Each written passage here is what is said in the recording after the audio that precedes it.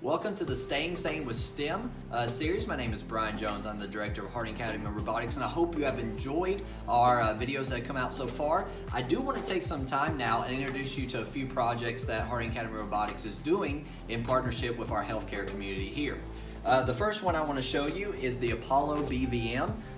It is in conjunction with Rice University and their medical team up there. What we've done here is, just in case we have a shortage of ventilators, what we have is a bag valve. And what this does is it pumps it. You can see we have three settings here.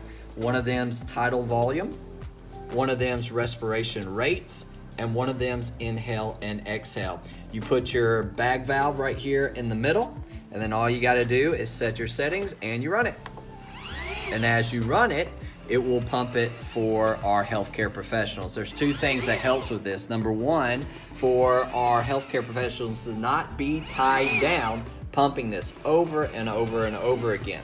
And also it provides a more controllable way of allowing us to pump the right amount of air into a patient as well. Another one of the things that we did is we were working on some PPE with our clients as well, and this is a frame that we printed out for a quick, fast way of making shield protectors. So we 3D printed these, put the shield protector on as well, and also we were working on some N95 masks. So we made a bunch and then we sent it to them and they picked out the one they want. And these are some of the ways that us here at Harding Academy of Robotics are trying to use what we've learned and put it in a way that can help our community and hopefully save lives along the way.